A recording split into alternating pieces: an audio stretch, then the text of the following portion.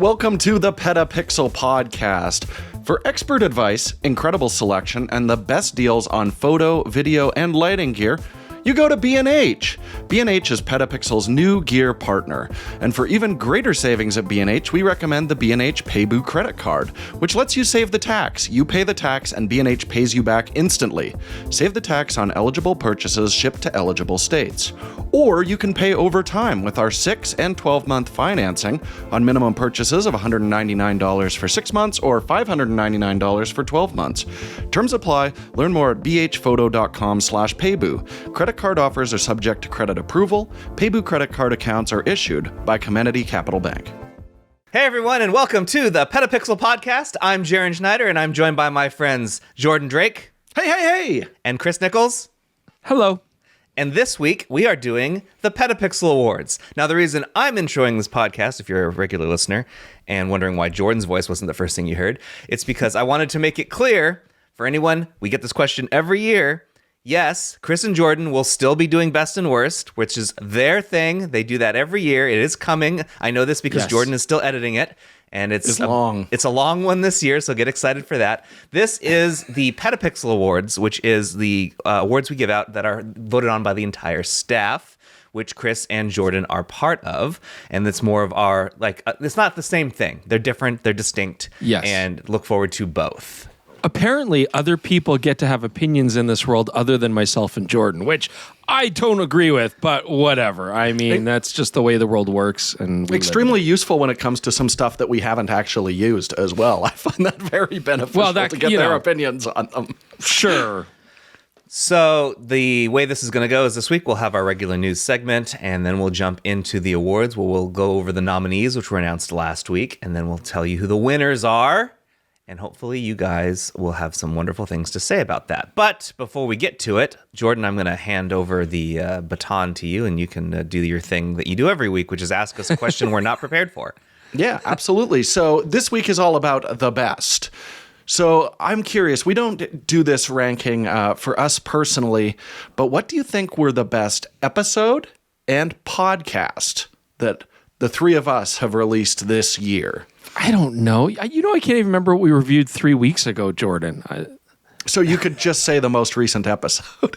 No, because it wasn't the best. I think the best episode that you guys made this year, there's two that come to mind. The episode we shot in Japan with the travel lens for Sigma. 20 to 200 is in my top ones. It looks so good that's like really nice. And then also the Nikon Moab video was really good too.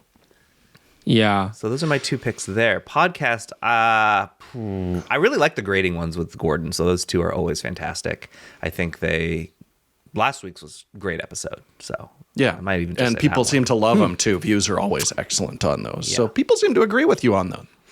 Oh, for podcast, again, this is 3 weeks ago, so I've probably forgotten it. But no, we had a really nice discussion with Matt, and that was fun. Yeah. Matt Grokut, and we talked about the stringer, the dock. And I thought that was like a nice interchange and conversation that we don't normally get to have to that degree, talking about something interesting in photography. So I enjoyed that podcast. For episode, yeah, Moab's up there, but I've always said that the whole year. I'm tired of saying it.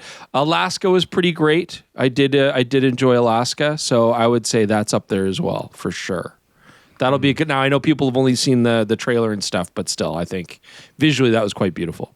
Yeah, the behind-the-scenes episode there is super cool as well. You stole a couple of mine, so I was going to say Stringer for podcast and Moab for episode. There you go. So I'm going to break things up a little bit. I had a blast doing the draft. I think that was a really fun podcast. So I'm looking forward to doing that again. I'll put that in my running. And you know what? The best moment I had was the C50 episode where I went and, shot it with my idiot twin brother. In editing, when everything came together, that was the best moment for me this year, is making sure everything sunk up and looked great, and I didn't have to do any reshoots. That was awesome. Your idiot brother. Yeah, he sucks, man. Okay. Well, actually, I want to know, now that you've asked us, what do the listeners think? What was your favorite episode of the regular show? this year? And what was your And favorite podcast episode this year? Yeah, I've been really impressed with the feedback on the visiting, going back and working at the store. People seem to really enjoy that episode. Yeah, that was a fun one. Good. All right. Well, with that out of the way, let's get to the news.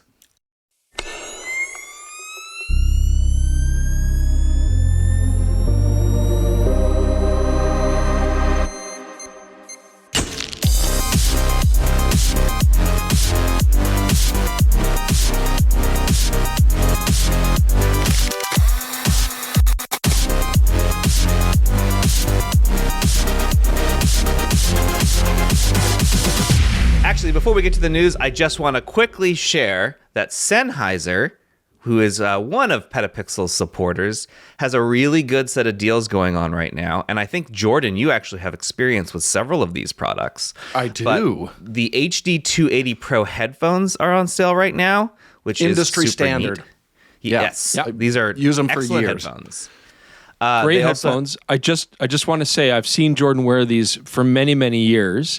He has broken quite a few of them, but that's totally his fault. I mean, they've actually stood up to some serious abuse. I'm surprised they don't fall apart sooner the way he treats them. So very, very good. Headphones have disintegrated much faster than these. Exactly. And if you're just looking for natural audio, like you really want to know what you're actually recording while you're out in the field, they're wonderful. And they're great if you want to use them with electric drums as well. Oh, well, look at that. Well, they're typically $100, which is already pretty good deal. That's pretty good for headphones of this quality. They're $80 right now.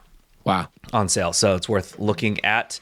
There's a couple other products that are available. The MKE 400, it's a compact shotgun microphone. That's typically $220. It's $150 right now.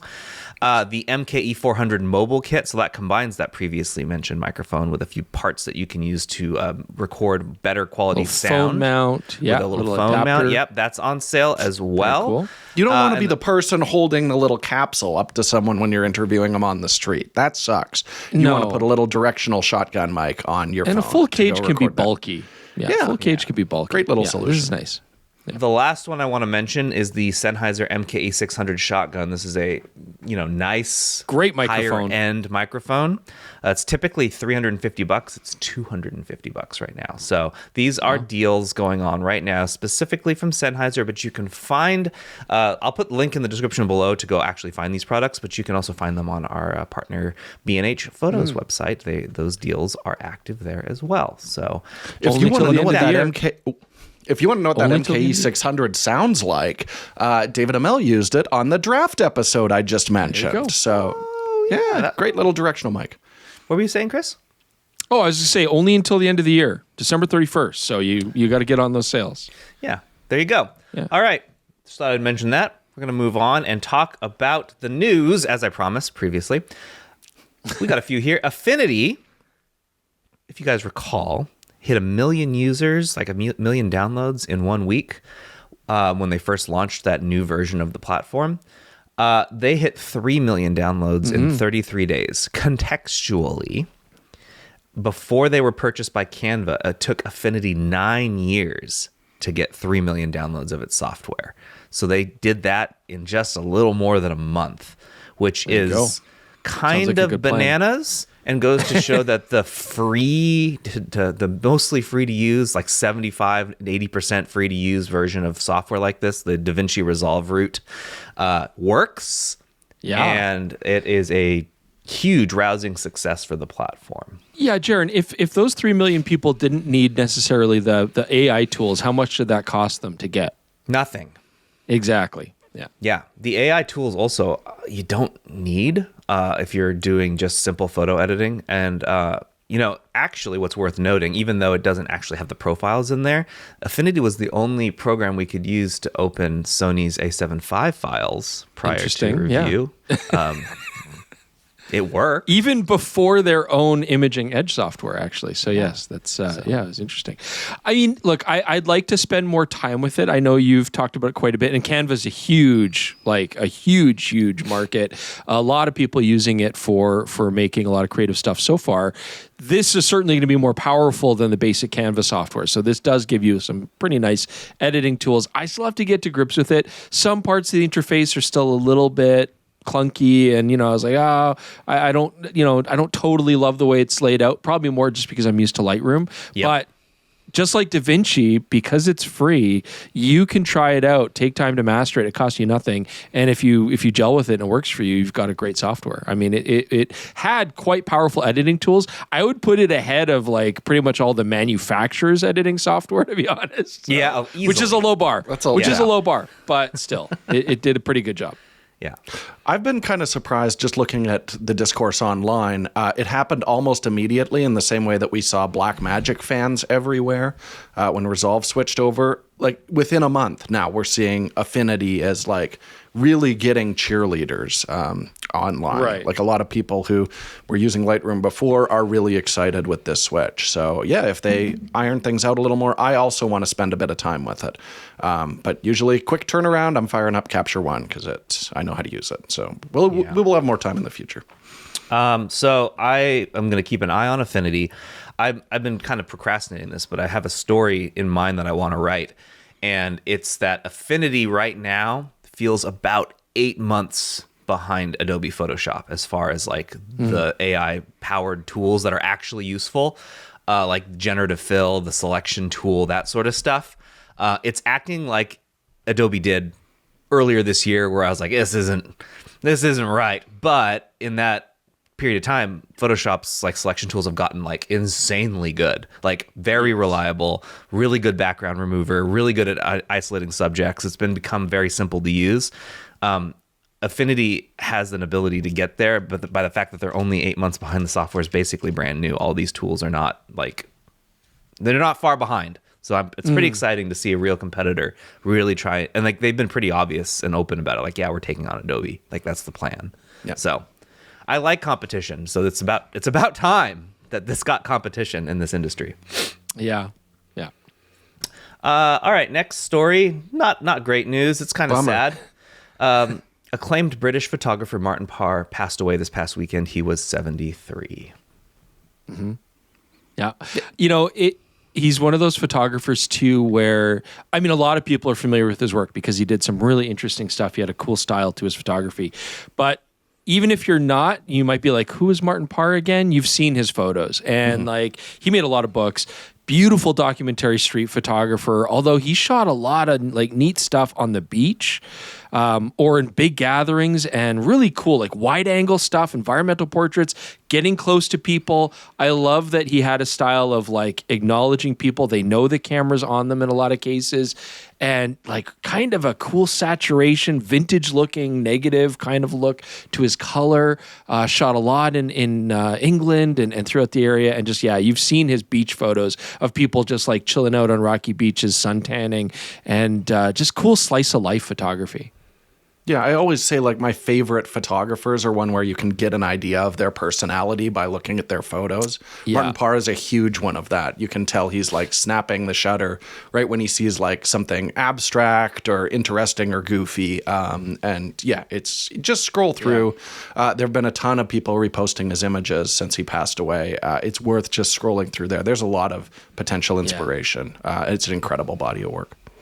Really good. Good black and white stuff too. Totally underrated, some of his black and white work. What's cool about him, he definitely had a sense of humor, right? Yeah. And you see the way that he engages with people through the camera. He obviously was very good at meeting people and breaking down certain barriers and making people feel, disarming them. Yeah, it's a good word for it, disarming them. And so, yeah, he did a really good job. Yeah. He will be missed. But you can take a look at his photos and appreciate the excellent photographer that Martin Parr was. This next one's kind of weird. If you like the idea of a medium format rangefinder, but you don't like the idea of buying one very expensive from a used camera store, well, you know what? You can build one if you really want to. Yeah. This photographer created a medium format rangefinder that you can 3D print and build at home. And you can just download those files now. If you've got a 3D printer, you've got a 3D printer, don't you, Chris? My son does. Yeah, exactly. Have him print you this, and then you can review it.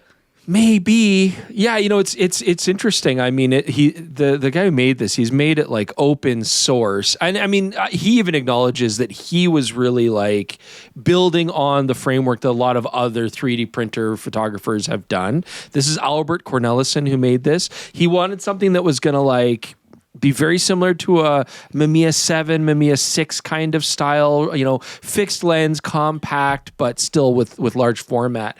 And he built it. It's called the MRF2, his dream camera. And it's not like a basic plastic brick. No. Camera. It's pretty advanced. Like, you have to do some installation of electronics, some installation of optics, but it's pretty full featured. Yeah, so Jaron, are you going to make and review this in the near future? I assume you've already built it. Yeah. No, I do not have a 3D printer. I know someone who does, but this looks a little beyond me. I'm not good at assembling this kind of thing. Like, I can build Gunpla, but that's with very specific instructions, and I'm following it to the letter. I don't feel like I would be very good at this. I'd probably mess it up. He says like the tricky parts are like the electronic installation, like the little screen and stuff like that. But you can also buy it off his website for about $1,100, which is still less than a Mamiya 7, and that'll be a fully assembled version. Like, you don't have to build it yourself; it'll be built for you. And what is cool about this is it is medium format using 120 film, but it has a bunch of inserts, so you can shoot like vertical frame 35, I believe. You can certainly shoot wide on 35. You can then shoot 120 6.9, 6.6, 6.7. Like, there's so many different formats that you can shoot here, and the sample photos actually look pretty good. It's not like it looks really piece of garbage. Like, everything looks flat and sharp and crisp, and so yeah, it's pretty cool. I appreciate this. Is what I think film photography can and should be right now. It's cameras that are super funky and weird, that do a bunch of different formats, that can change to do whatever you want them to, and give you a different look than you can get with modern digital. So I appreciate that a lot. Cool. Yeah, very neat. Tamron has updated the 150 to 500 so that it adds A9 III compatibility. I believe that's with the faster frame per second. With a disclaimer, like this is, we've been seeing a bunch of these coming out for the Tamron class. Again, I just want to shout out that their app rules. It's the best lens app out there. A lot of customization alongside just updating firmware on it. But yes, this is going to give you the ability to shoot those fastest frame rates, but with focus locked still. This isn't suddenly bypassing Sony's 15 frame per second tracking autofocus continuous burst restriction. But hey, if you've got a shot set up, you can now shoot the full frame rate with the Tamron. That's nice, right? That's weird. Like, why was this not a thing before? Like, does the camera like sense that it's not a Sony lens and says, no, even if you're in manual focus, you can't shoot at maximum frame rate? I don't understand why this is. Yeah, I don't have one of the super fast bodies here, but my understanding from the, because we talked about this a lot at the A9 III launch, we didn't have Tamron lenses there, but obviously people were asking, is just those faster frame rates were grayed out, even if you had it. If you were in autofocus, it just wasn't selectable with those lenses connected. That's my understanding of it, but I haven't actually tested that. It's just the conversation that we had at the launch event. I don't understand. Like, I get that Sony is artificially saying that lenses aren't capable of keeping up with its cameras, therefore 15 is your max. I understand that one. I don't understand why it's not even available if you're in manual focus. And then why would Tamron's update change that? Like, where I just don't understand what end this is coming from. Yeah. Neither do I. Who knows? You guys have no answers. It's a mystery. I don't. It's an unsolved mystery. You're supposed to know everything, Chris. Sorry, dude. Have you noticed a real theme anytime we ask any company about third-party lenses this year? That's the real story of 2025 is trying to get answers. No comment. Because we've seen already, like the A7 IV, the big thing. Kai Wang is saying a lot of third-party glass doesn't work on the body. We had success with Sigma, but apparently there's issues with a lot of the Chinese and Korean manufactured lenses. So who knows? We'll get answers in 2026.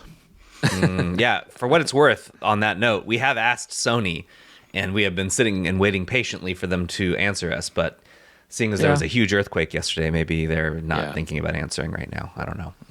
I still am going to chalk it up to like, we still have to remember that third-party lenses are third-party lenses. And even if they are supported, air quotes, that doesn't mean that they're supported, right? I mean, Sony or any other OEM has no interest really in making sure that everybody else's lenses work perfectly with their cameras when they update them. So, there's always a bit of a teething period where people have to then figure stuff out and make workarounds. And this is just another example of that.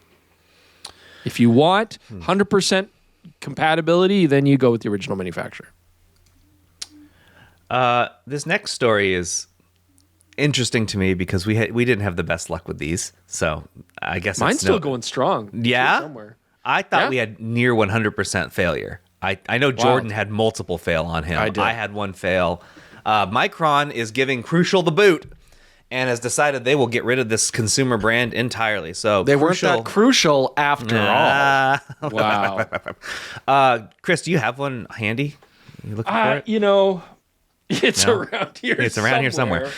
So Crucial SSDs, these ones in particular came out several years ago, and they tested pretty well. They were reasonably fast speeds, really small. That was the nice thing about them. Super compact. They are super small.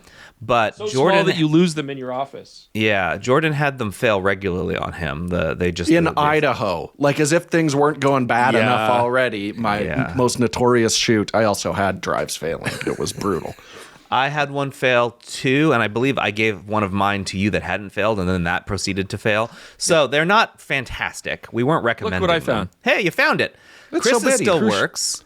Yeah, this is the X10 Pro. I mean, I've used this. I've traveled with it because, the size obviously was very appealing. And it's got a nice rugged case and stuff. But yeah, no, I don't know. I haven't had it fail, but now I'm scared. I'm like, you guys are turning me off on this. Yeah. Just go ahead and use the other ones we have because I think those are probably more reliable. Just the fact that it's so small. Chris, sure Genki's got you covered, dude. So on that, Jordan, I think I left my Genki in Prague. I don't know where it is. These things are wonderful. I know. They're so cool. They work really well. I just can't find it. Anyway, Crucial's done. And the reason for this is that Micron is shifting its memory support and RAM development all over to AI data centers. So one still works. They're essentially like pulling themselves off the market so they could focus on selling to AI while that market is still hot. We'll see how long that market remains hot, but they are getting rid of their consumer brand.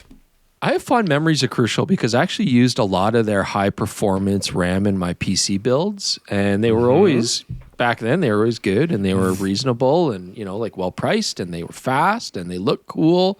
That is the main complaint I'm seeing online, is not really losing these small SSDs that are failing. It's access to RAM, which is already very expensive. So that stinks for consumers. Yeah. All right, moving on. The Insta360 spin-off brand, Antigravity, has launched officially the world's first 8K 360-degree drone, the A1. You can buy it now. Chris and Jordan have one in their possession, and they'll be reviewing it soon. But it's worth noting that you can get one if you want to. The thing about this that is unique is not only does it have essentially just an X5 strapped into the chassis, but the control mechanism for this is entirely different than any other drone before it. Yeah, we're looking forward to doing a bit more of an experiential review. That seems to be the real appeal of this. Jaron, is this the most teased product in the history of the photo video biz? Because we've been talking about it looks like Insta's doing drone stuff. Oh, they're teasing it. Oh, they're showing people it in a parking lot. This has been going on for a while now. I feel like they sort of killed their own hype by they're talking too much about it. When I saw this announcement, I'm like, wasn't this thing announced 6 months ago? Yeah, it was announced several months ago. YouTubers got them and got to play with them. Yeah, but hands-on videos were out there. Right, but then they did a review embargo around the actual launch, which was this week. And I don't know. I feel like it kind of landed less excitedly. as a result. I'm eager to play with it. I'm trying not to right off the bat. Like I don't want to have, because like the main appeal that people say, not just the 360. That does make a lot of sense because you can just kind of like fly the drone through cool stuff and then choose creatively your framing later. And that is actually one of the real benefits to 360 when it first came out, right? Is it's kind of that neat idea. But, and certainly this will be immersive, but people also say that it's easier to fly, it's fun to fly, it's intuitive, and that even like first-time flyers will enjoy it. Now, of course, I'm coming from having experience with classic dual joystick drones, so I kind of want to not play with it until we get out there and just kind of hit it fresh and see what my impression is of it. They're fast, they've got decent battery life, decent flight times, so I mean, a lot of people are saying it's almost just neat to have that FPV flight experience as opposed to anything else. It's nice to have a fun drone you can actually purchase in the States as well. If we do see just a complete ban on DJI and you want to get something for a teenager, then this is probably going to be one of the best options out there. The drone is $1,600, so it's not cheap. It's up there. It's expensive. Yeah. But yeah, it is designed to just enjoy flying, is my understanding. So we'll see what you guys think. Finally, I predict a lot of snow. Just so you know, the footage is going to be all just gray, white, and brown. Just so you know. Tell you what, that sensor loves lots of light, so you'll get a lot of light bouncing around. It does, but it doesn't love contrast sometimes, so we'll see. All right. Last story of the day, Leica launched 4 M lenses in just the most beautiful finish. Like, these just look good. I'm sorry, people who don't like Leica. You can't look at these and not say, okay, those are objectively beautiful. That's hot. Yeah. Yeah. It is odd. You'd think, because the Safari colors have been really popular now, going back, I think, all the way to the 240, if I remember correctly. Yeah. It's odd that we haven't seen these lenses sold separately, because I'm sure there's some collectors out there who have all Safari editions of the AM bodies. So now they got some options, and stick them together, that's going to be a hot looking combo for thousands and thousands and thousands of dollars. So that's the 35 for Safari Edition, which is already overpriced like a standard but it looks so good. It does. They look beautiful. It's like so a dark good. olive. It's gorgeous. The other thing to remember though too is like Safari Editions, I don't know how many people are actually shooting them. It does kind of get into the sort of collectorville, like you don't want to scratch the paint kind of thing. So I've always thought though the Safari Edition, I'm going to go, I mean, this is cool. I'm totally for this, but I think Safari with silver lenses still look the best, even with these matchy-match lenses. I prefer it with chrome lenses. Interesting. But that is just 3 of the 4 lenses that they're doing. They're also doing a classic metal knurled vintage manual focusing ring, glossy black paint version of their Summilux 1.4, which we've seen before. I mean, you know, they have done that before. That's not new. We've seen other sort of old school glossy paint versions of their lenses. So this is just the latest.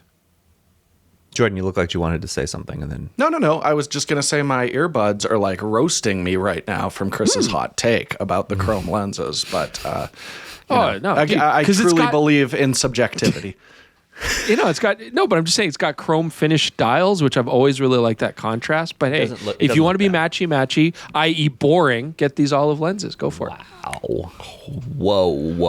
Whoa. Chill, dude. Whoa. And my Crucial's still working just fine. So, you should go full contrarian this entire podcast from this point forward. Oh, man. Usual. All right.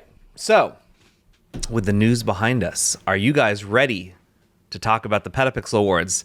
Yeah, we don't know what wins. I'm excited to find out. That's the thing. You know who the nominees are, and you know who you voted for, but I specifically did not tell you who won. In fact, I'm the only one who knows right now. Oh my God. Right now, this is the true reveal. I'm gonna look up my votes here. You don't remember? Well, I do, but you know very strongly about it. Okay. We went through a lot of stuff. So, for those listening, here's how it broke down. Nominees were voted on by the entire PetaPixel staff, and top selections made the cut for what we eventually would vote on. So, this year's categories are Accessory of the Year, Software of the Year, Workstation of the Year, Smartphone of the Year, Zoom Lens of the Year, Prime Lens of the Year, Camera of the Year. We're also continuing Camera of the Year People's Choice Awards, which the voting for closed today, and I have those results as well. And then we have 2 bonus categories that were voted on by PetaPixel Editorial, which was Company of the Year and Technology of the Year. So we'll get to those in that order. So we're going to start with Accessory of the Year, and the nominees for that were the Hasselblad Vondra backpack. Vondra? I think it's a van. Hasselblad Vondra was nominated because of a design of the interior. The Lano 4-in-1 charger, which was kind of a surprise. This is a brand no one had ever heard of. They offered, hey, do you want to take a look at these? So Chris and Jordan have used them, and we've written about them on the website. Jordan, can you explain what the Lano 4-in-1 charger is? Yeah, it was taking me a minute. I'm like, 4 in how? Okay, so this thing, it's basically looks like a regular charging brick, but inside you can plug your batteries in and juice them up. That's really handy. Also, it's a card reader. It's a SD card reader. You can just plug it in via the USB-C, which will also charge your charger, which is another thing that it does. You can just use it as a charging brick, USB-C out, to charge your other devices. And it has dedicated storage, so you can put a battery in, close the lid, and an extra memory card as well, and have those things handy. So throw them in your travel bag, and you've got something that can do a lot. And I like this thing quite a bit, not to spoil my ballot. I guess not spoil it. Tease it. I guess what makes this pretty unique is that the charging of the battery aspect is integrated into one unit, as opposed to needing like some other charger to plug into a battery that you have. It compresses it. So that's neat. Yeah. The other 2 things on here worth mentioning are the Peak Design Roller, which Chris has tested and used extensively. The Peak Design Pro Series tripods, which Chris reviewed. It's used, yes. The Lemur strap, which I've shown on the podcast before. It's in the other room. I'm not going to go show it and get it right now because I left it somewhere else. And then Espresso Display's 15 Pro model. So, guys, of this group, which of the ones stood out to you? And obviously the Lano I just talked about standing out. The Pro Roller stood out to me in an interesting way because I never used it. Chris, can you speak to your experience with that? Yeah, so the Lano 4-in-1 charger, while we're on the topic, does look cool. I think it's limited in the scope of who can use it. It's not great for myself because I need different cards and stuff, which means I'm going to be bringing a different card reader. But I could see if someone was traveling with an SD-only camera, which is a lot of people, that was cool. So I like the design. I appreciated it. Straps can burn in hell, all of them. The Peak Design Roller I really liked. Obviously, I've traveled with it quite a bit. It has broken on me, just so you know. It still works, but the top handle's broken. I have to get that warrantied. So that's kind of a detraction, but I really like it. I like how easy it is to roll with. The size is great. I know people complain about the weight, but that's been a non-issue for me traveling. I haven't had any problems with being refused or, having to pay overcharge or anything like heavy? that at all. It's not that heavy, no. It's slightly heavier than like a classic rolling case, but I love the carbon fiber handles. They're very rigid. There's no play in them. I wish the top lock didn't break on me, but I've since worked that around. But yeah, it's been rugged. I like the divisible space inside. I like the laptop storage inside, and I've taken it to many, many locations, and it's done very well. So I do really enjoy it. Yeah, and the espresso as well, sorry. I should say. Oh, sorry. Go ahead, Chris. No, just while we're on Peak, the tripod itself, much better than the garbage that Peak Design uses for their basic travel tripod. Definitely like a usable professional tripod system that's still quite compact. Just to expand, it is a whole system. There's other kinds. You can get big, large sizes as well. But they're lightweight, they're rigid, they're just very expensive, like all Peak Design. Very expensive. Yeah. So there's better value options out there, but from a design and functionality standpoint, those tripods are really good. Yeah, the espresso, I was just going to throw out, I haven't used the new Pro, which is the 4K model, but I did get a chance, especially camping this year, where I knew I was going to be doing a lot of editing work. I brought it along and just found the design and everything wonderful. It slips right into a laptop sleeve. Yeah. So very easy to travel with. You don't have to bring a dedicated bag for it. The interface is super smooth. It just does everything really well. And I'm glad there's a 4K option because I'm sure it was mostly people doing photo and video editing that were snapping them up. All right. So the winner was the Lano 4-in-1 charger. That got the most votes by the staff. And that I think is sort of a surprise. A brand from that I've never heard of, that does not have a working website, that only sells on Amazon. Really cool product. You guys have already talked about the benefits of it and the how many people would probably enjoy using it. The battery in is like 2,500 milliamp hours. Like it's enough to charge multiple batteries and act as its own bank. So super neat. Good design. Thumbs up. Winner. I think we'll see a real theme with affordable stuff this year, because a lot of those other ones were very premium, and I think people are really starting to value this year. Yeah. Yeah. Let's keep in mind too, like, I think a lot of the voting is going to be based on how much time you've spent with these products. We're going to see this throughout this whole award system here, I think. All right, next one is Software of the Year. The nominees were Affinity, DaVinci Resolve, which got a huge update as it does every year, Adobe Photoshop, what are we on now? 2026, Adobe Lightroom Classic 2026, or just Lightroom Classic. I don't even think it has a number on it. And then Adobe's Project Indigo. I'll go first.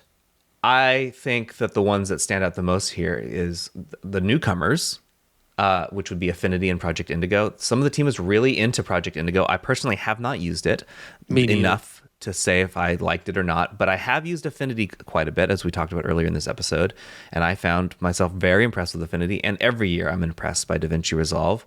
I mentioned earlier Photoshop got a lot better in the second half of this year, like really, really good. Lightroom Classic, I wish, was not so clunky. It's a slow program that still is very slow. It is a little slow. That's my biggest complaint. It is a little slow. Yeah.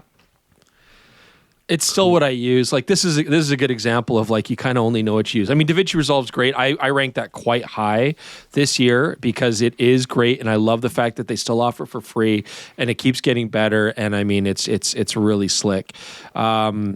I haven't used Affinity much. Again, just a little bit with the A7R5, and Indigo, I have no idea. So Lightroom is still up there for me because it's got great tools. The editing software is fantastic. It's a simple interface, but it is a little slow and it's a little bit clunky. It could use an update. And of course, the company itself, blah. Blah. So company that is blah for 3 of our 5 nominees. So that does definitely swing really things a little bit. Unfortunate. It's really unfortunate, you know. But I mean, if there's any good news here, it's that other programs have a way of getting their foot in the door and winning users over, which is great. And that puts more pressure on companies like Adobe to then, I don't know, be better. I don't know. We'll see. But there's no denying their tools are fantastic. You cannot deny it.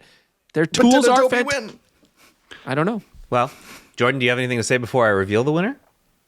Just that I used Resolve for keyframing recently again and was just blown away by how effective it is. It's phenomenal. We're getting ever closer to me actually just saying, you know what, I'm going to learn it top to bottom and move my workflow over. You heard it here. Jordan's going to learn nodes. He's going to be all about the nodes.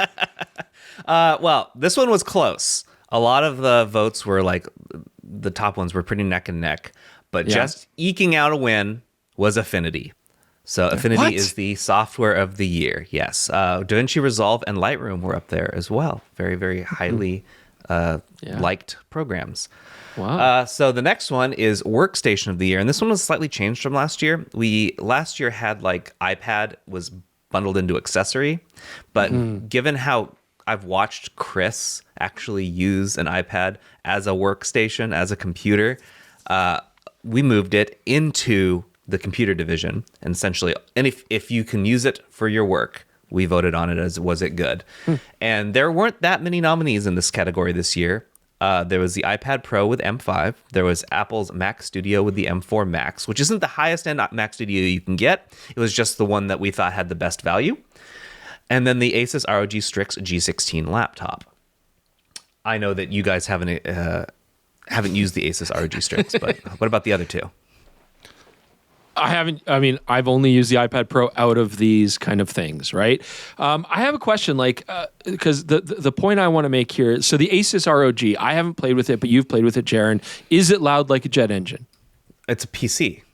Yeah. Does it draw an immense amount of power through the brick, which makes it very difficult to use on airplanes and stuff like that? It's a full-featured PC laptop. Yeah. Okay. So the answer to that is yes.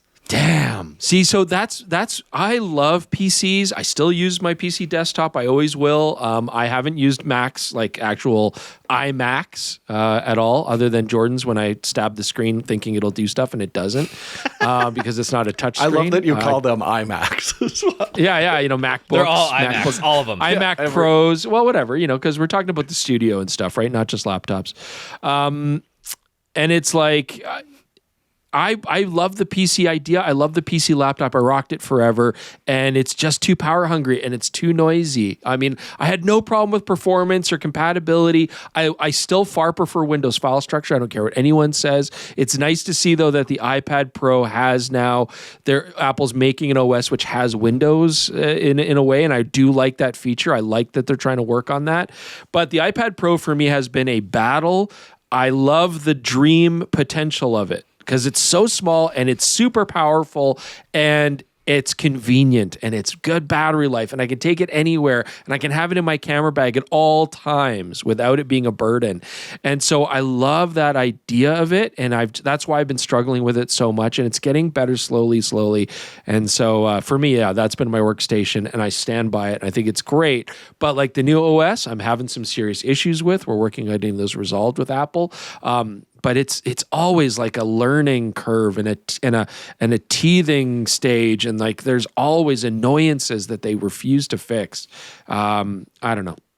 I'm sure the Mac Studio is great. I won't do it. Well, the thing I love about the Studio is, I've used a Studio before. This is just new guts in it. And hey, on PetaPixel, they benchmark these things. And the real takeaway with that is, yes, if you're like a photo, video professional, you don't have to go crazy high. Like the M4 Max is going to handle pretty much everything that you can throw at it at a reasonable price. So yes, I have not set it up on my desk and used it myself, but looking at the results, I would recommend it to a huge variety of creatives. I think it hits a real sweet spot. Mm-hmm. Yeah, I use a Mac Studio. I'm using one right now. But the winner is the iPad Pro. And the reason being, it's just a good design. A lot of this, I think, is the goodwill carried over from last year, where their whole thing was like, look how thin it is. And people were like, again, with the thin thing. But until you actually like hold it, like, oh my God, it's so light. It's so thin. It's so powerful. It's really bright. It's just a really wonderful experience. And the screens are good, and like the Magic Keyboard works great and keeps the profile thin. Like, it's fantastic. So battery life is great. Battery life is spectacular. I mean, I use mine every week, so it makes zero noise. It doesn't get hot. It's a really nice product. If they can just iron out the software issues that Chris has, it'd be perfect. But for now, it's just the winner. Yeah, I think Apple's main thing that they are working on is getting past the iPad being like a device for giving to your kids to watch movies in the car, right? Like they're really starting, that's how it was. It was like, oh, people want to watch Netflix and blah, and it's great for that. But I think now they're realizing, oh, actually people might want to use this as a workstation. And the more that we push for that, the more they'll support it. And that's got some real potential. They have beyond it just being they a added toy. Windows this year. You actually can have Finder windows and a real taskbar down there. It's slowly morphing into more of a computer. I sure hope so. All right. So at this point forward, we essentially have a main winner and then what we're calling official selections. So anything at this point on, we have this is the camera of the year, but there are ones that are still worth calling out that are fantastic, and we want to make sure they get props for it. So what I'll do is I'll start with the official selection before naming the winner. But this one is smartphone of the year. There were some really good ones this year. The smartphones of the year nominees were the iPhone 17 Pro, driven mostly by the fact that they finally improved their telephoto camera, and it is a notable improvement. The Vivo X300 Pro, which is arguably a point-and-shoot camera with a phone attached to it. The Google Pixel 9 Pro, the Xiaomi 15 Ultra, which is another really good camera phone, and then the Samsung Galaxy S25 Ultra. You guys reviewed 3 out of 5 of these. Yes. We don't get access to the Vivos or the Xiaomis, which is tough. But I mean, we get access to it, but there's no point for us reviewing it when we can't sell it in our market. Yeah. So any thoughts you want to share about these before I tell you which one is the nominee, or do you want me to give you the official selection and then you can tell me what you think? Sure, let's do that. Yeah. Okay. Yeah. The official selection, the one that we would say is definitely worth considering and deserve props, is the Vivo X300 Pro. If you haven't seen Becca Farsacci's video, I recommend it. She reviewed this. There's also a review on PetaPixel that Ted Kritsonis did on this camera. He was also extremely impressed with it. This is that smartphone that has like the Zeiss optics, but also an attachable zoom lens that you can get for it, where it's actually like a telephoto. It looks ridiculous, but it does in fact work. It's just, you don't see this level of innovation or attempts at this sort of thing from the big manufacturers in the West, like from Samsung, Google, or Apple. So yeah, what I found really interesting with this is like a lot of the features look great. And it's worth pointing out, if you get the photographer's kit, it has a grip to make it more comfortable to use that telephoto with this lens attached.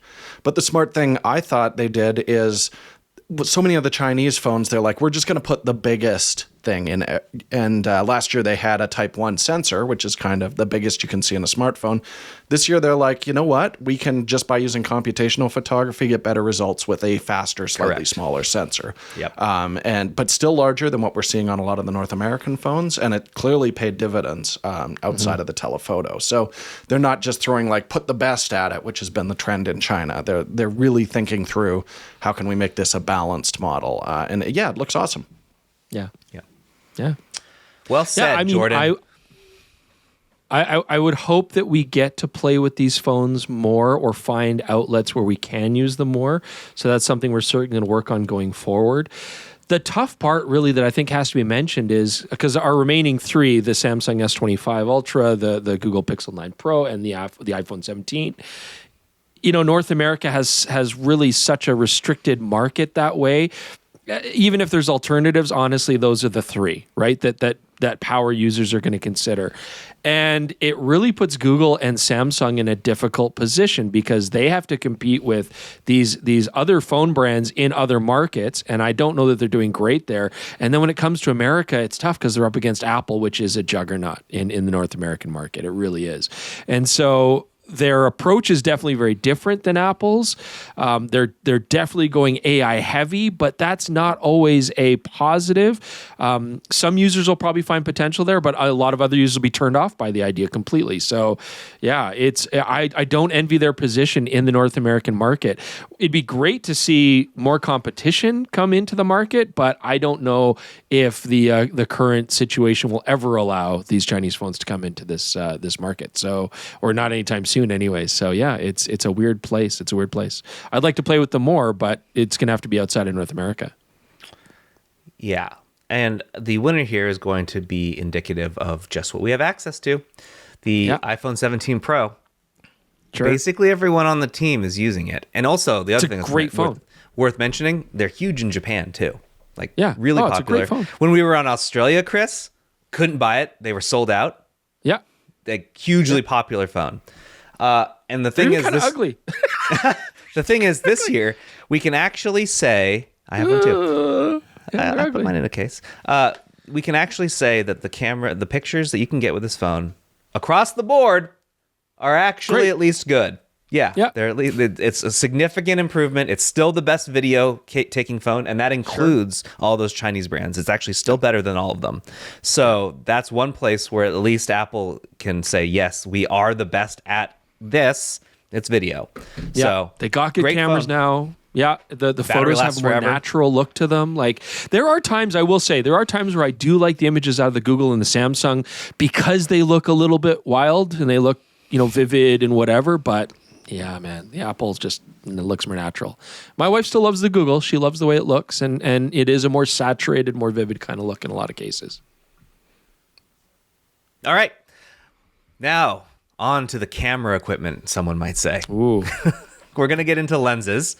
We're doing zoom lens now. So here were the nominees: Sigma's 300 to 600 f4 DGOS Sports, Nikon's 24 to 70 f2.8 S2, Sony's 50 to 150 f2 GM, Sony's 400 to 800 f6.3 to 8 G, and the OM System Mzuiko Digital ED 550 to 200 f2.8 IS Pro. That is a mouthful. And the longest lens by name. These are all really good lenses. Yeah, we got 4 brands, which is nice. Yeah, all very good lenses. This was a really good year for lenses, and I'll spoil this a bit because I think in any other year, Nikon's 24-70 f2.S2 would have been like, oh, easily the winner, but it just was surrounded by some juggernaut lenses. Yeah. That said, Nikon's 24-70 f2.S2 is an official selection. It did make it into the top 3 on the voting, and it is wonderful. The other Great lens. official selection is the Sony 50-150 f2 GM. Sure. So, another great lens. The actual winner. I expected that. This was all know nearly what it is. unanimous. Nearly unanimous. Sigma's 300 to 600 f4 DGOS Sports. I actually think it might have been unanimous if maybe there was one person who put it as their second pick, but this And was they no longer easily work the with most us, runaway. so we fired What? them. Oh, Oh, no? Well, we didn't fire them? No? For their bad No, take. Yeah. so those are the 3 lenses. What do you think? Yeah. I think it's pretty. This wasn't really a surprise, right? And of course, we've done the best and worst, and you'll see how that all turns out too, because we talk about a similar category. But like, I could see when we're looking at everybody's opinion, there's no denying the 300 to 600 is optically fantastic, represents great value compared to the alternatives, and puts a lot of pressure on the original manufacturers, and that's really what. That's like the goal of that kind of lens, right? Is if I was Sigma, this is the lens that I would want to make. It's great at f4 all the way through the range. It's usable anywhere in that range at that wide aperture. It's not super heavy. I mean, it's great. It's just a fantastic choice, and it's just Sigma again showing. Even though the lens is more affordable, you might still choose this just because it's more versatile as well, regardless of price over the original manufacturers. The Sony 50-150, awesome, cool little lens. It makes sense it's there. The Nikon makes sense it's there. What a great update over an already legendary lens. But I actually got to say, I put the OM System 50 to 200 2.8 up there a little bit as well. I thought that they did a really nice job with a novel lens, not just a rehash of a full frame design, and using it was optically great. But I think that limited one scope. is honestly held back by what you can put it on. That might be the main it's issue. a limited scope. Unfortunately. Jordan, any thoughts? Yeah, I just kind of teased it at the top of this, but I think value is really going to play into things. And yeah, the Nikon's beautiful, but it's expensive. We said it's basically perfect, but you pay for it. Sony same thing. Basically perfect, but you pay for it. Where I think the 3 to 6 is so compelling because people are going to say like, value lens, this thing's over $6,000. But if you want to get a 600 millimeter f4 lens from the first parties, you're looking at Double $11,000 to $14,000. So we get the flexibility of a zoom for a lot less money. And that's what I think. It's the kind of innovation that I think we should reward with these. So that's why the 3 to 6 was also my pick for Lens of the Year. Moving on to prime lenses. The nominees for prime lens were Sigma's 135 f1.4 DG Art, Sony's 100 f2.8 GM Macro, Nikon's 35mm f1.2S, Sigma's 200mm f2 GGOS Sports, the Viltrox 85 f1.4 Pro, and the sleeper, the Thypoc Simera 75mm f1.4. Yeah. I think that's a great lens. It didn't win, but it's a great lens. It didn't win, Jaron. Do you want to give the official selections again, or how do you want to? Sure, we'll do the official selections. Okay. So the first official selection is the Sigma 200 f2 DGOS Sports, and the second official selection is the Sony 100mm f2.8 GM Macro. Interesting. So wait, the 200mm f2 and the Sony 100 Macro millimeter second and third selections. They didn't win. So what do you think won? Well, I think then it's going to be the Sigma 135mm 1.4. Correct. My baby. Jordan's favorite lens, I think, right? Let's I let Jordan had start a 'cause blast with that. I voted that low. Actually, I voted that pretty low. Yeah, it's not a Chris lens. It's big, but it's affordable and it's perfect. So I didn't mind dragging it around. I love 135, and I've been just screaming, please give us 135s, and Sigma made the best one I've ever seen. So huge thumbs up. And again, the affordable thing, it costs less than the 1.8 OEM versions, and it's a 1.4. Yeah. Sigma is just killing it. The 200 millimeter f2 being in here too, as well, is just like, that's another fantastic lens. Incredible. Like, I voted that my top lens because I got to, again, I've been able to play with all of these lenses, and especially prime lenses where you lack the versatility of a zoom. I feel like the joy from them really then comes from the experience of shooting them and how specialized they are. What joy did you get from that specialization? That's the key for a prime lens, I think, to me. And so the 200mm f2, such a unique lens because we haven't seen those for a long time, right? They were not even very popular in the SLR days, but that's pretty much the last time we saw them. So a mirrorless 200 f2 was a bold choice, and it did great in that regard. Fast focusing, great for sports and action, unique look for portraits, ultra compression. Like, I feel like that's Jordan's 135 1.4 just even more to the max, which is why I loved it. You know what I mean? Even more specialized, beautiful compression. The Sony macro I thought was fantastic. I think people don't give it enough credit. It does something unique in that it's getting closer than 1:1. It's sharp Jeremy as says hell. it's the best macro lens ever made. Ever. It might be the best macro lens ever made. That was Gordon's take as well when he was on last week. So unbelievable lens. Unbelievable. I ranked that really high. Now, I put the Nikon 35mm f1.2 at the bottom because it's a 35mm, but I do want to preface this, okay? There was so many other good lenses in this choice. I still have to admit, I enjoyed that lens, and I said it in the video. This was like the first 35mm lens where I'm like, I actually really liked using it. And I think I've come around on 35mm when they're ultra bright, fast lenses because you can get separation with a softer background getting up close to your subjects. And I actually really liked that look. So I did change my mind in a lot of ways. But I do want to mention the weird stuff. The Viltrox 85mm 1.4, love that lens. It's got weird character. It's not for everybody. It's a different lens at 1.4 than it is stop down, but it's got a really cool look to it. And I was really impressed by it, and I enjoyed it. And then the thigh pouch 75mm Samara. I'm always going to call it thigh pouch. Thigh pock. No, the thigh pouch 75mm Samara, I'd put on my thigh any day. I've really liked using it on M's. I used it on the EV1 a lot. I'm sure Leica didn't love that, but I did anyways. And the portraits I got out of it, I thought had beautiful character. So I'm big And you on shot it. a banger of a roll on my my best On film. Yeah. So 36 those perfect lenses photos. are really cool. Really cool. I'm big on the Chinese portrait lenses coming out now. There's some really cool stuff there. All right, I'm going to ask you guys what you want to do. Do you want to do our pick for camera of the year first, or do you want to do people's choice first? Let's do people's Let's hear choice. from the people. Yeah. Okay, hearing from the people. So we didn't vote on this, obviously. This was one heck of a list. So last year we had like a lot of cameras up for vote. We had more this year. There were more cameras released this year than last year, which is wild because last year was a giant year. This includes everything from the R6 Mark III and the C50 to like the ZR, the FX3, the BF, the GR4, the SL3S, the MEV1 you just mentioned. These are all on here. So this list was enormous. Fun, like side note first, everything got a vote except one camera. What camera do you think nobody voted for as their favorite of this FX2. whole So like list? an MEV1. It's Jordan's correct. Not a single vote for the FX2. Wow. 2,500 responses, 0 for the FX2. Wow. Which to me is very funny. Rendered completely irrelevant months after being announced by a better camera.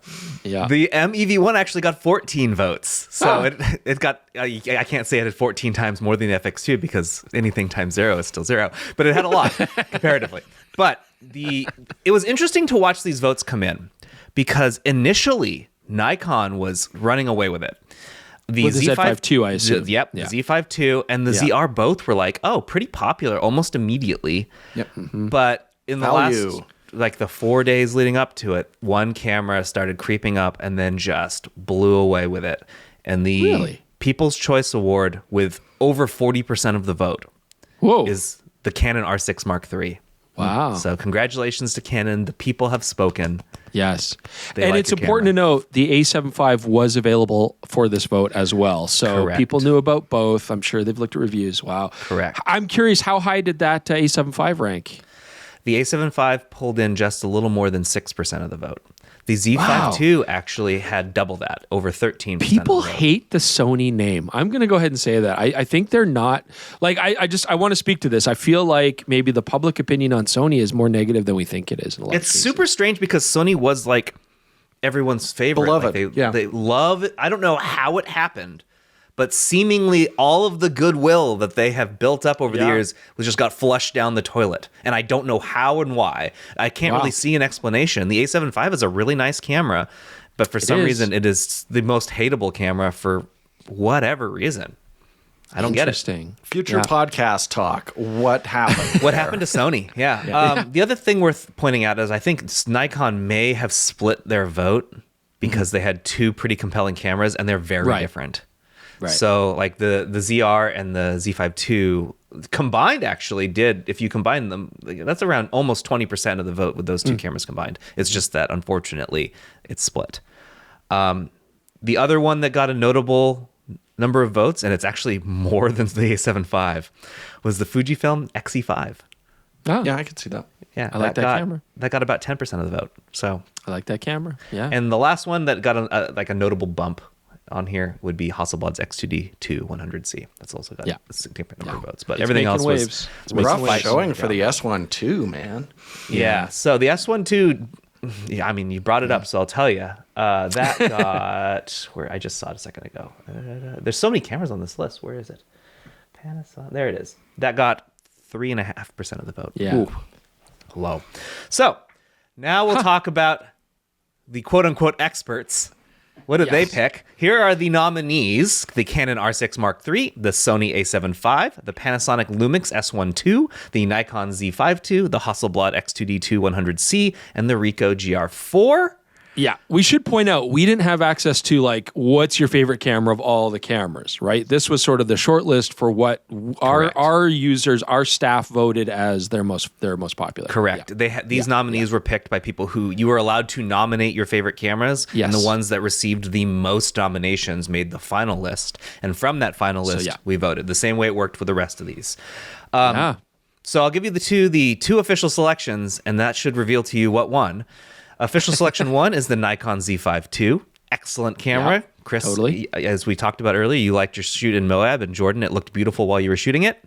Yep. And the second official selection is the Sony A7 V. Oh, there we go. Yeah. So the winner is R6 R6 III. Yeah. that is correct. The Canon R6 III is the camera of the year from PetaPixel.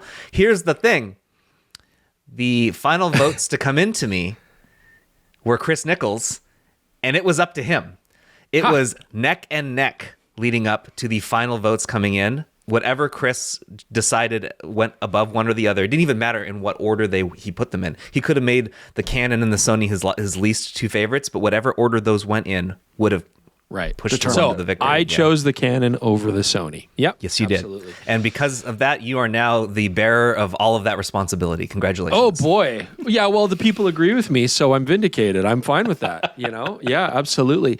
Yeah, and that is an interesting dynamic because that's why I was asking. I was so surprised that the A7 V is getting so little love because from a practical standpoint, they're so neck and neck. I mean, the R6 Mark III or the A7 V were two of my favorite cameras that I used this year.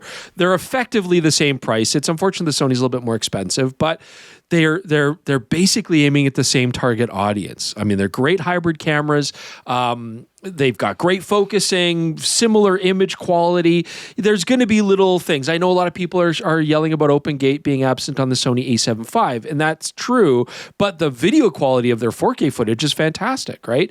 And so you're like, well, regardless, they're very close. They're aimed at the same thing. They're both functional bodies. And so I loved both of them. I don't know why there's so much hate for the Sony, but there's still something in my, I don't know, like deep down where I just enjoyed the Canon more. And I don't know why that is because I don't care about video as much, and they're both good video cameras. And the Canon's a great video camera, but I do care about photographic use. And I feel like the Sony probably still has a slight edge when it comes to autofocus overall, has a slight edge when it comes to image quality, but again, in ways that aren't really appreciable creatively. I don't think there's a big deal. But technically, I think the Sony's a better photographic camera. And I like the interface. I do. I don't hate it. I just feel like there's something about the Canon that I enjoyed a little bit more, which is weird. Let's tear this curtain back a little bit. I actually picked the A7 IV for my top camera of the year. And this is why Chris's vote mattered so much, is you tipped the scales by putting it at the top. And everyone's going to be like, well, the R6 III for video, Jordan. Video, Jordan. But the big thing here is I just found the Sony is designed as an enthusiast, but also a professional's tool, and having dramatically better battery life on the Sony. We haven't put them side by side, but like you said, Chris, I suspect the Sony will have an edge in image quality as well. Yeah. And the Canon, its most compelling modes did overheat, it turned out. So having the Sony where I could just roll for over 2 hours on every single recording mode, including like 120, is cocoa bananas. So I was very impressed by what Sony achieved technically, even if, it doesn't have the high res and open gate that a lot of videographers are clamoring for. And the hate this camera is getting baffles me. I really think it's because not many people have got their hands on it, but it is a fantastic, well-rounded tool. Yeah. Not everybody needs high res and open gate, right? So many people are still shooting just like good 4K 60, and you don't want it to overheat, and it's doing a good job. That's the thing. I feel like it still comes down to this sort of opinion, which we've perpetuated, and I think it's valid, that Sony cameras are just great technological tools, and they don't have soul, and people just don't covet them or appreciate them beyond what they can do for you as a tool. But a working professional is like, I want something that won't overheat, that's going to give me good, reliable autofocus, good image quality. It's going to be functional, and that's what Sony's always do. That's what they always deliver. This is except in the FX2. Since it's only the second year we've done People's Choice, this was, I don't know how unusual this will be, but People's Choice and Our Choice were they're the same this year. They weren't the same last year. So we'll see how many times in the future this continues to happen. But this should not be a surprise pick. What is surprising to me is that other organizations that have awards didn't come to the same conclusion. That is very strange to me. Interesting. I kind of find interesting. I mean, our short list for us, our group, it was interesting that the Hasselblad, of course, made it, which is cool. I mean, Jeremy loved that camera. We all enjoyed using it. It's a very, very interesting camera that way. But Panasonic S1 II makes sense because we appreciate its incredible video capability. Apparently, nobody else does, but we're certainly advocates for that. Camera rules. Yeah, it rules. And Jordan loves the mirrorless styling because the EVF, but I feel like a lot of people really dig FX3 ZR style. That seems to be really popular right now. But I also find interesting the Ricoh GR4 made it onto our shortlist. So good on that little camera. Camera also, there's a contingent of people who like to hate on it and say that it is not significantly different than the GR3. That's objectively false. It's an objectively false take. It is very much different. And they updated a lot of important stuff on that. Yeah. And it is noticeably smaller. Like you hold them side by side, you're like, oh yeah, that's noticeably smaller. Yeah. Okay. Last two that we'll cover. The photo company of the year. What is your guys' guess? There are no nominees. Oh, we didn't vote on that, did we? No, we can't do Sigma back to back, can we? Yes, we can. Company of the year is again Sigma. Sure. And that's like, you just look at the body of work, man. How can you say that a company is not doing more for the photo industry than Sigma? You can't. Wow. Yeah. Well, look at your dog. So cute. Yeah, he's getting up. And then the last one is the Technology Innovation of the Year. This was granted to Sony for the 33 megapixel partially stacked sensor. Yeah. This is a great sensor. So this sort of was combined with the concept of partially stacked, which is still Sony Semi. So like they did it with 24 and then they did it with 33. And on top of that, they've figured out a way to essentially make the dynamic range hit negligible. It will continue to shrink, I think. We thought that was reason to give them props. This is an outstanding sensor and they did a great job with it. Any thoughts on that? Do you like our choices? Very cool. Yeah, agree. Yeah, that sensor. I was on a few podcasts this year saying a weird change that we've seen is image quality dropping on some of the latest cameras. Just in exchange for speed, we've lost image quality. Sony is turning that around. And again, shout out to the S1 II, which also has improved dynamic range on their partially stacked sensor. Correct. Yep. It was a good year though. It was nice to see like a lot of companies really pushed hard this year. Despite the tariffs and increasing prices and stuff like that, I mean, it's been tough that way. But a lot of companies really pushed this year, pushed out a lot of good product. You have to give it to Sigma, no doubt. I think it'd be crazy not to. But a lot of other companies really accelerated their stuff and have interesting roadmaps. And so hopefully next year will be exciting. We'll start to see more of this bear fruit. We'll see. All right, folks, let me know what you think of our PetaPixel Awards. Chris and Jordan will be going into much more detail about what they thought was the best on their best and worst coming up here in the next week or so.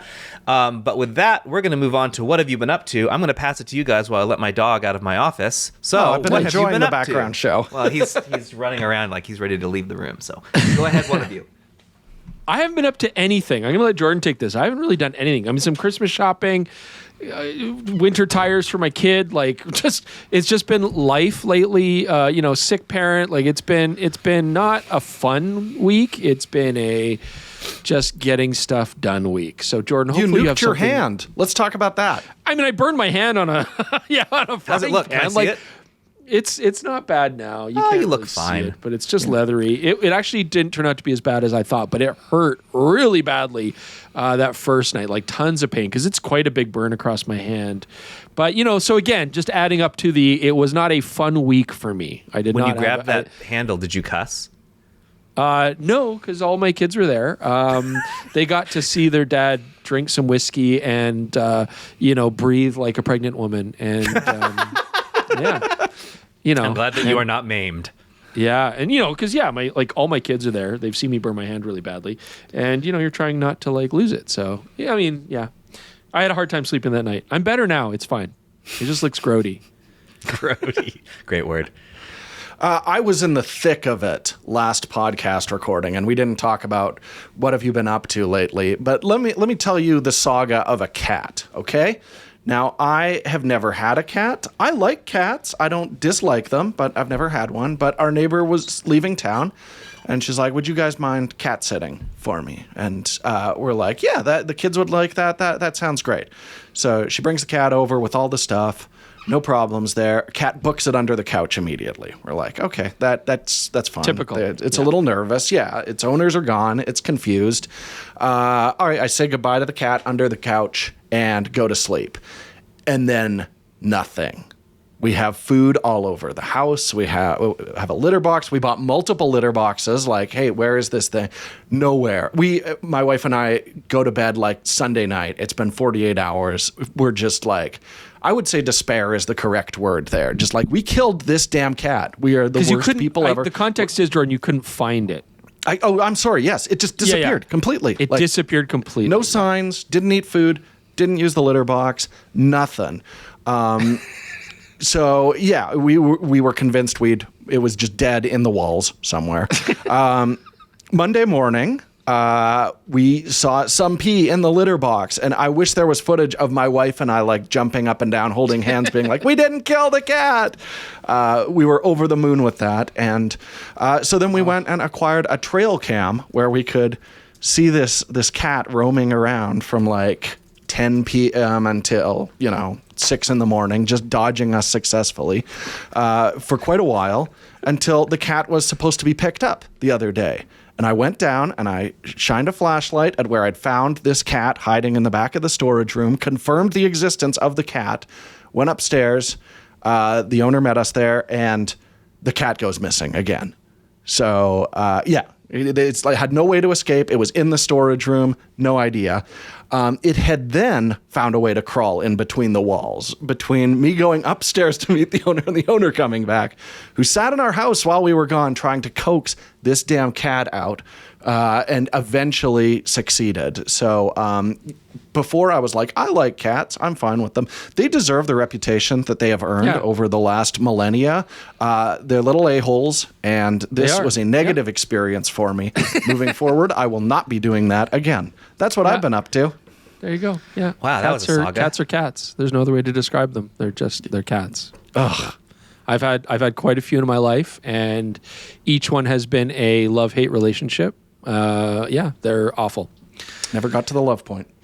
Yeah, they're awful. I got a Christmas tree. What? And, the reason I thought about that is because if you have a cat, you typically can't do that. Right. I had actually this conversation with a couple people. If you have a cat and you want a Christmas tree, do you get a really small tree with non-breakable ornaments that you can continually just reset up every time the cat knocks it over? Or do you get a really, really big tree? Yeah, I would think a heavy tree that can stand the cat's weight. Yes. And just let it get in the tree. No. There's no cat-proofing your house. It just doesn't. It doesn't exist. No, non-breakable ornaments is key because they will mess all of that up. Yeah. The other thing too is like you got to actually fully affix these to the branches. They can't be knocked off. No. You're probably, cats are quite the experience. I told the story maybe before, but I used to have a cat. Our basement was flooding in the new house, my ex-wife and I, and we're like, what's going on? And we brought the people in because it was a brand new house. And they're like, oh, I think you're getting leaking from the ground. We're going to have to like break the concrete and find out where this leak's coming from. You got water welling up and stuff. Turns out the cat bit through the humidity drain tube out of the condenser, like the humidifier, and so water was just spilling out all over the floor every time that that condensation happened. So I had to put like a steel pipe, like a steel reinforced rubber pipe around this pipe so the cat couldn't chew through it, and that was the whole thing. You're probably gonna have parasites the rest of your life. They're just awful. But you know what? The best part about a cat, they wreck your stuff. They jump out and attack you. The best part of a cat is if you want to go away for a couple of days, you can just leave them food and water and take off for a couple of days. Can't do that with a dog. But otherwise, man, just awful. Well, speaking of water in the basement, that's the other thing I'm dealing with still. You guys have known. No, I have Pacific Northwest. I need to work on the grade on the outside of my house on that side. I fixed it on this side, but we got an atmospheric river happening right now, and it's going to dump. It's in the process of currently dumping 5 to 6 inches of rain, and it just won't stop. So I've got a dehumidifier running full time in there. I'm cycling towels through just to keep it from getting too much.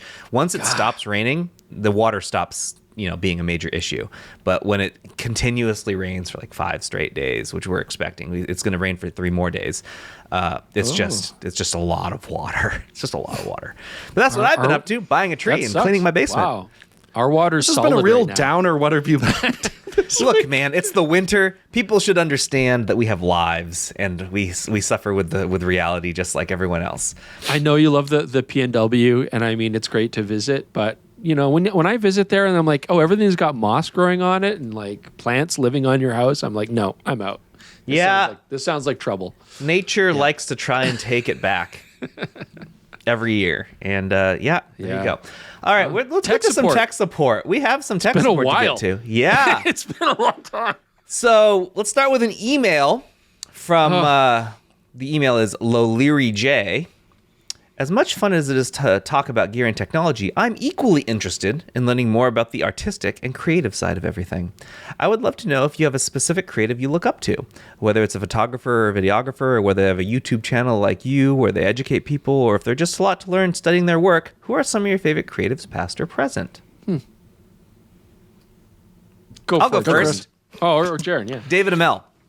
Yeah. He inspires me, and maybe too much because I just use the same cameras he does now. I want some of his prints. He does want some of mine, so that does go to say that I'm getting to the point where we're like we have nice artwork. He's got way more artwork than I do, much better. He's been shooting much longer than me. He's a good dude and a great photographer, excellent friend, excellent educator, smart, makes great videos. Yeah, So David Amell's very mine. much so. Yeah. Mine are like, I don't watch that much YouTube. I'm still going to throw Ted Forbes out there because I did really enjoy his book. I'm still been reading that. But mostly when I need inspiration, like my most recent one was at the 100th anniversary. We were at the Joel Merowitz opening. So that was something I just don't get to do very often, is like go walk through a gallery. And I've said, kind of similar to what we were talking about earlier, I love where you can see the personality of a photographer. That was another exhibit where that was definitely the case, but he's not a YouTuber. The big thing I do for inspiration is I'd like to cinematic deep dive, just find like a director or something like that, go back, through the full body of work. So my new one right now is Peter Bogdanovich. I'm going to be going back and watching some of his old classics. I've never seen What's Up Doc, Paper Moon, so I've ordered those on 4K Criterion. That's going to be my new thing. But that's what I like to do, is just, hey, I've heard a lot about this artist. I'm going to find out more, fill some blind spots. That's the way I do it. Yeah. Yeah, it's pretty similar to, I do consume quite a bit of YouTube, but I don't look at a lot of people in my industry, or I should say that I don't follow a lot other than my friends, and I follow them because they're my friends, not for their body of work. I mean, some of them are very talented, absolutely, but it's like I really just want to see how they're doing, what they're up to. So I'm mostly following their private content or their lifestyle content. I love seeing where Hugh Brownstone is shooting his next workshop and stuff like that, and I like consuming some of that photography. Just photographers that I appreciate, like Phil Penman, Gadgen does amazing stuff too. Gadgen's doing some really beautiful work, but these are friends. And so I like to just keep up and see what they're up to. But I don't really consume a lot of educational material or stuff, because I guess that's what I do all the time anyways. When I'm on YouTube, I'm looking at hobbies and creative outlets that go beyond what photography is for me. I'm looking at some fly fishing stuff for sure. I really do like, there's a lot of gun channels I follow, a lot of YouTubers that I like to watch, that like historical stuff, not like blowing stuff up stuff. I do actually like a lot of history stuff. I really like the sort of like insiders and wireds and stuff where it's like, oh, tell us about this, like being a private investigator or whatever, like being an astronaut. Well, I like those kind of things. So I like to consume a lot of history. I like to consume a lot of like old war stuff. Yeah, that's it. Not really photography or videography. I want to shout Emily, Micro Four Nerds Out as well, is a channel I've discovered in the last 2 years who is crushing it. Has a real, brings the joy back to photo YouTube in a lot of ways. But I'm like you, Chris. Also, I watch coffee and sports, and video gaming and science, that sort of stuff. There you go. Next one is an email from Nicholas. It's kind of a long one, so we may break this up. But here we go. Hope you, Jordan, and Chris are doing well. This is an email to me, so thank you. I can't emphasize enough how much I enjoy watching and listening to your content, podcasts, review videos, etc. I can go on and on singing your praises, but that might lead to an even longer email, so I'll try to get to the important bits. Well, thank you very much, Nicholas. I have a handful of gear that I like to sell. This includes a Nikon Z6 III body that I just personally don't jive with, and some Z lenses. With all the tariff nonsense and the associated rising prices of an already costly camera gear, I was curious if I should hold on to the gear that I was going to sell. I don't know if you can speak to this, but do you and the PetaPixel team think that the price increases from Nikon, Canon, Sony, etc. lead to increased used prices or increases in quotes from used camera companies like KEH and MPB, or does this generally stay stable? I don't know. I think it does. I think it does raise the prices on the used gear. Absolutely. Yeah. So but I don't know that it's going to go up much more now. I think it's kind of leveled off. So I would say, you know what? I think if you're wanting to sell your gear, I get that you want to get the most value for the dollar, but I would do it sooner than later. I would sell it now. I think this is a good time to do it. But yes, I do think the prices for used gear have come up accordingly. Well, I think when you're pricing used stuff, you're generally looking at what is the current value of it and then how much you can take off based on condition. I think it's going to take a little while, though, is my guess, before the used market responds to the increased price of new equipment. That's my guess. I think in another year or so, we will see modern gear reselling on the used market at a higher price. It's not going to happen this quick. I don't know. I feel like I've already seen some price increases, like I'd have to research it further, but I feel like I've already seen some parity happen. Are companies like KH or MPD going to give you more money? Maybe not. I don't know. That's not my bit. I couldn't tell you. They might be still having because they've got charts and stuff, and they know how much they're going to offer for these things. I don't know if that's come up, but privately, if someone looks online and says, "Oh, well, this camera's $3,500 now, and you're offering it for $2,700," I mean, that makes sense, right? So I feel like privately that's going to change. I can't speak to whether KH or MPD are going to raise their prices accordingly right away, or if they're still going to buy it at lower prices. I feel like they'd probably want to do that. So that's interesting. But I do feel like used prices will follow the increased new prices. And we're also seeing a lot of used camera gear rise in price. And this is harder to track. I don't know that it's tariffs, but that rise based on how popular they are and what the trends are right now, right? We're seeing a lot of particular brands really accelerating price because a lot of people are wanting to get into it. And I absolutely feel those prices will reflect any increase in tariffs if you are going to do it that way. His second part of his question is, with all the rising costs of everything, I'm wondering how smaller, more local camera stores are going to stay in business. I'm a little worried about the state of the photo industry and its ability to weather political toxicity. Am I alone in this concern? You guys are pretty close with a camera store, so what are your thoughts on that? They had a good year.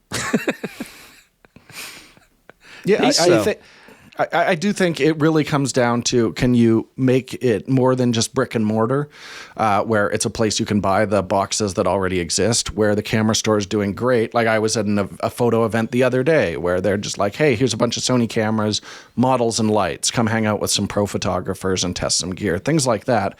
And there is a real sense of community there. That's why I think the camera store is thriving. And you look at, all the new darkroom stuff, like the film section is constantly expanding. They're very in tune with what's hot with photographers right now, where if you're just going to be slinging boxes without the ability to do really good support, then yeah, I don't think there's much place for brick and mortar. Online is going to absolutely kill it. But if it's a hub for people to come and talk about their passion, then they can thrive, because we're seeing that here in Calgary, which isn't the biggest market in the world, but they're killing it.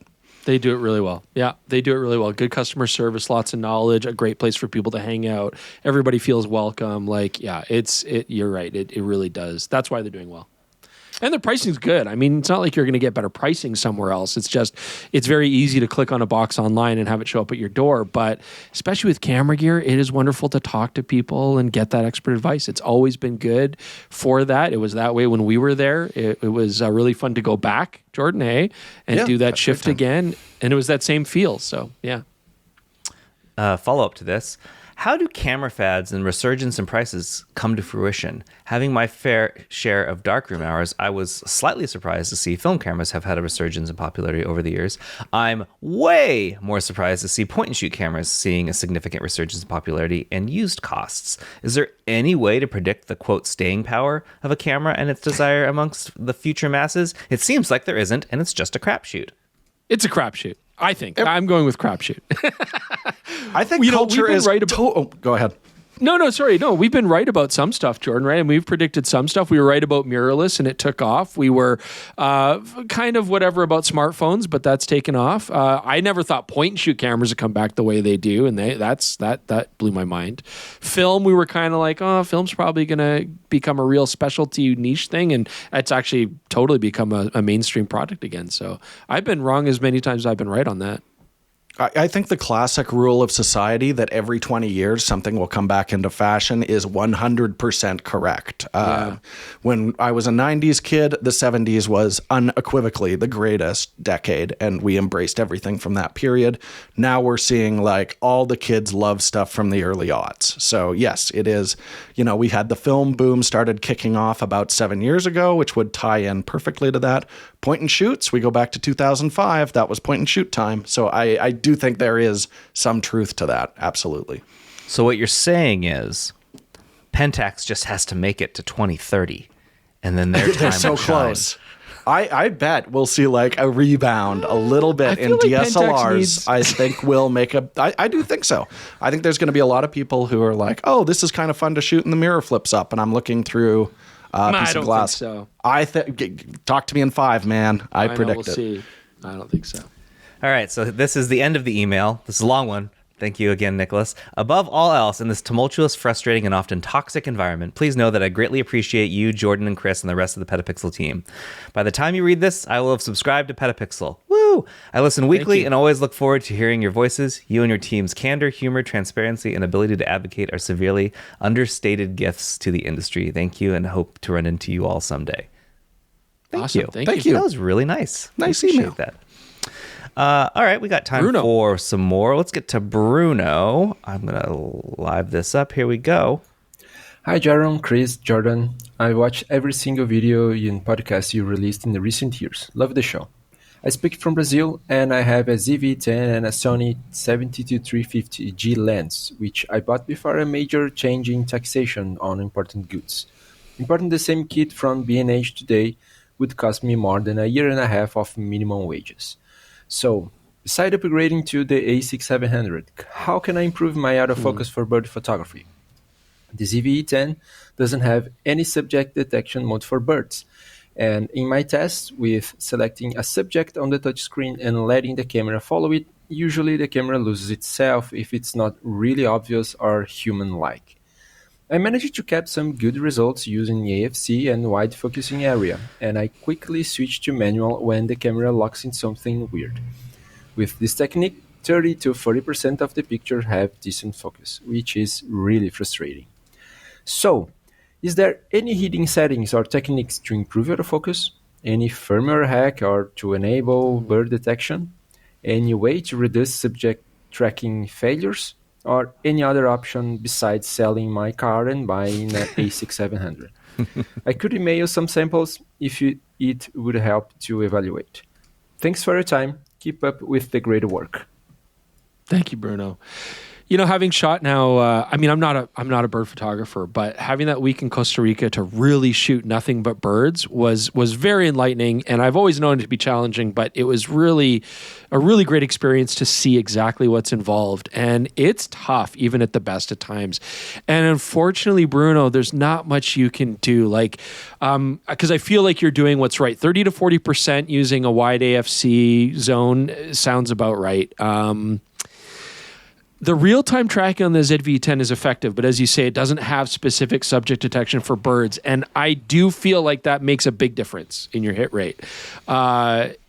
The only suggestion I would say is if you're using the touchscreen to select the box, sometimes that could be a little bit iffy. You know, do you touch the right spot? I personally prefer to use a fixed point that then becomes the real-time tracking box. I find it a little bit easier just to move the camera onto a subject and start focusing, and I can shoot right away rather than having to stab the screen and then hope it's still locked on. But real-time tracking was never meant for intense bird photography like that, and it is so challenging to get them in focus in the first place. We used OM system gear in Costa Rica, and for the longest time, years, the only way to get them to focus properly on animals was to use zone focusing with AFC. That was there was no other reliable way. And that's how we did it for decades. And so, yeah, your hit rate 30 to 40%, but it's still not going to be perfect, right? I mean, using advanced cameras with bird detection autofocus, you're still not getting anywhere close to 70, 80% hit rate. I mean, there's still a lot of issues. I can throw out one little suggestion based on the A7 III, which uses a similar autofocus to the ZV-E10. If you don't care as much about composition, because you don't have an autofocus joystick, so choosing your focus point is going to be a little bit tedious, but single point AFC, and then just put your birds right in the middle of the frame, I do find makes it a little bit less where it's hunting around looking for other options. I find the wide area AFC on that older Sony system is just a little skittish. All right, that's all we have time for in tech support. So we're going to end with a feel-good story of the week. Speaking of YouTubers we like to watch, this is one that I enjoy when he ever sends stuff to us. It's Matthew Stern. He was browsing eBay recently and came across what was described as a projector lens, a 70mm f/15. And he looked at it, I was like, that doesn't look like an f/15, that looks like an f1.5. $10? Sure. Buys it. Guess what it is? It's an Ingenue. Yeah. He just got legendary. Yeah. a legendary projector lens from Ingenue for $10. He flocked the interior to prevent reflections, slapped it on a mirrorless camera, and oh my God, is it gorgeous. Yep. Like, this is a spectacular, like, look at that focus, the defocus area. Oh my God, is it beautiful? Like, Use it wonderful. for video. Jordan, do you like this? Would you narratively use this? In a narrative film, yeah, for like a flashback or something, absolutely. You know, it has a real vibe to it. And that's why those are still legendary lenses that people are rehousing to put it on modern cameras to this day. It looks cool. It has character. It does. It's not optically very $10. good. Yeah, he got a steal for sure. He was saying that, like, when it's sharp, when you have focus on, like, it's very sharp. But the second they leave focus, like that area, they immediately just like become this dreamy blur, which is a look. Yeah. Very cool. I think it looks great. So, you know what? Browsing eBay for weird lenses does occasionally pay off. So yeah, there you go. What do you think you could flip that for now? I would love to know what the resale value is on those. But I'm gonna say like a couple grand. Yeah, because it's an ingenue, like just rare. like $2,000-$3,000 easy. So super nice. There you go. Wow. And with that, that's this week's episode of the PetaPixel Podcast. We hope you enjoyed it. Let us know what you think of the PetaPixel Awards, if you agree with the choices. We also want to hear what you think your favorite episode was. Any favorite podcast episode? Still curious to hear that. Next week, we are doing our bold predictions. Another huge episode. Man. Yeah. 'Tis the I love bold season. predictions. So we'll meet you here next week. Thanks for joining us. See you then. Bye-bye. All right, guys. See you next week.